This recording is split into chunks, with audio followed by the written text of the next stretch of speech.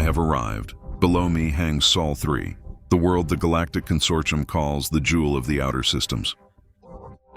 My first scans confirm the legends whispered across the stars, a planet teeming with vibrant blues, swirling clouds, and continents of an impossible green. A cosmic jewel, so unlike the churning gas giants of my home sector. They say its atmosphere is a gentle caress and its oceans are the cradle of life.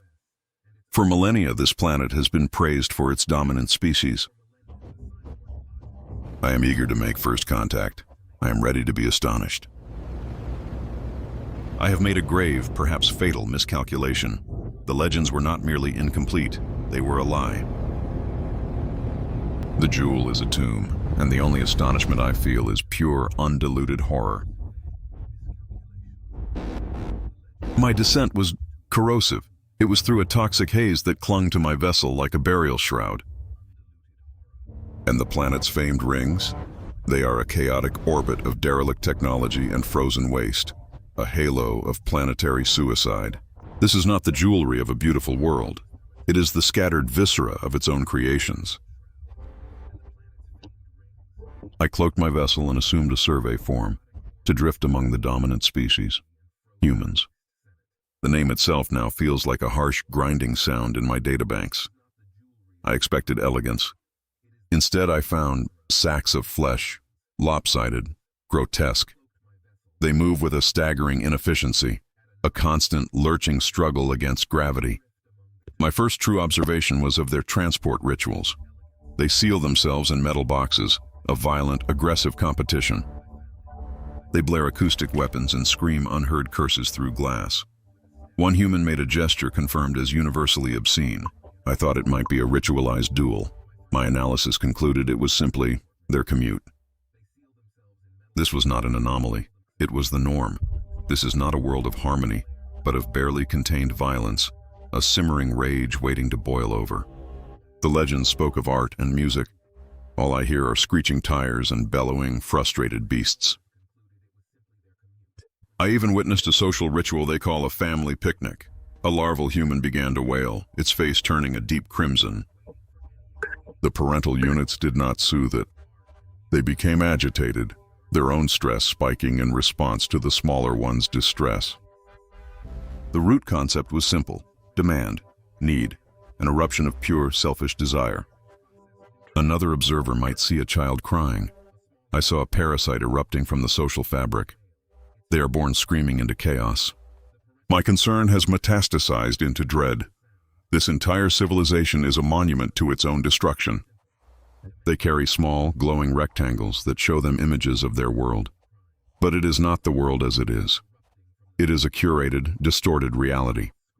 On these screens, I have witnessed the true nature of this species. They document their atrocities with detachment. I analyzed a broadcast from a war. Armored vehicles tore through the habitats of other humans.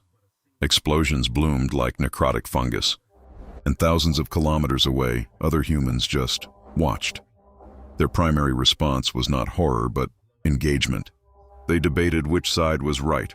They turned their own extinction into a spectator sport, a species-wide psychotic break.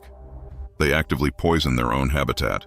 Great towers belch black effluents into the atmosphere, staining the sky.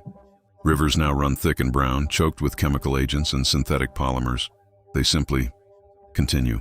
It is like watching a sentient being inject poison into its own veins while complaining that it feels unwell.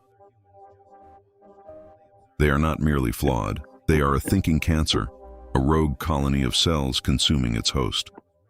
Even their entertainment reflects this pathology. A relentless entity stalking and murdering humans, one by one. The audience was not repulsed. They were thrilled. They vocalized terror, and then they laughed. They pay for the privilege of watching their worst fears enacted. This is not art. It is a planetary death wish. They do not fear the monster in the dark. They aspire to be it. I had to understand the origin of this violence.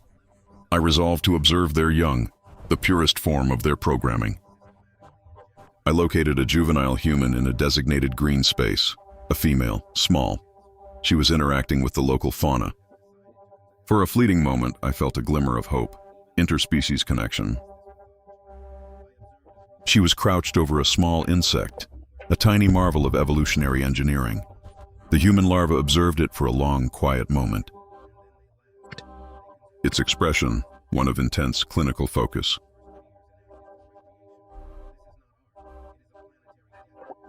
Then, with a sudden, joyful shriek, she brought her foot down. The sound was wet, a distinct crunch of annihilated biology. She did not do it out of fear or for sustenance. She did it for pleasure. Her reaction was not remorse, it was glee. She giggled, a sound I now recognize as the most horrifying in the known universe. Then she looked to her parental unit, who smiled and offered praise. In that single moment, my entire paradigm for existence fractured, and I understood. The violence, the rage, the self-destruction. It is not a flaw. It is their defining characteristic. It is not a bug in their programming. It is the core of their operating system. They were built on a foundation of casual cruelty. The wars, the pollution, the horror they call entertainment. It all stems from one simple truth. They find joy in destruction. They teach it to their offspring. To be human is to be a destroyer. But they are a cosmic anomaly, a species that looks at the machinery of the universe and feels an urge to smash it with a rock. They are not the celebrated inhabitants of a jewel. They are the inmates of a planetary asylum, sharpening the walls into weapons. They are not just a different form of life, they are anti-life, a force of entropy given flesh and a profoundly dangerous intelligence. I am leaving. My vessel is damaged by the sheer psychic toxicity of this world, but I must escape. I am broadcasting this log on all frequencies, a desperate warning cast into the cosmic ocean. Avoid Earth. The legends are a trap. Its beauty is a lure, a carnivorous flower that draws you in before its jaws snap shut. Do not be fooled by its blue oceans. They are turning to poison.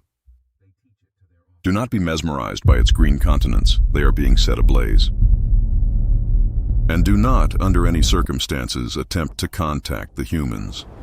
They are not what you believe them to be. They are a plague, a species so profoundly broken, so in love with its own demise, that it will drag the rest of the galaxy into oblivion if given the chance. They are a temporary, spectacular supernova of violence. I came here expecting to find angels. To my absolute horror, I found demons who believe they are gods. And they are beginning to look at the stars.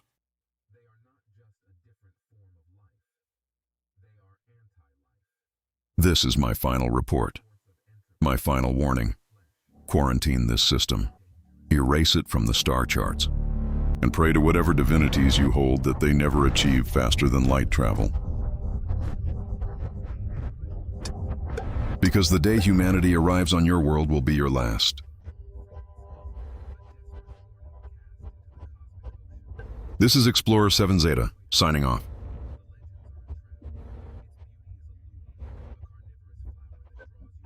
May the cosmos have mercy on us all.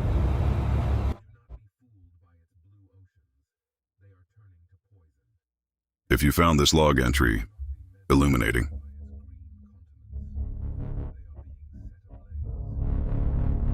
subscribe for more transmissions from the void.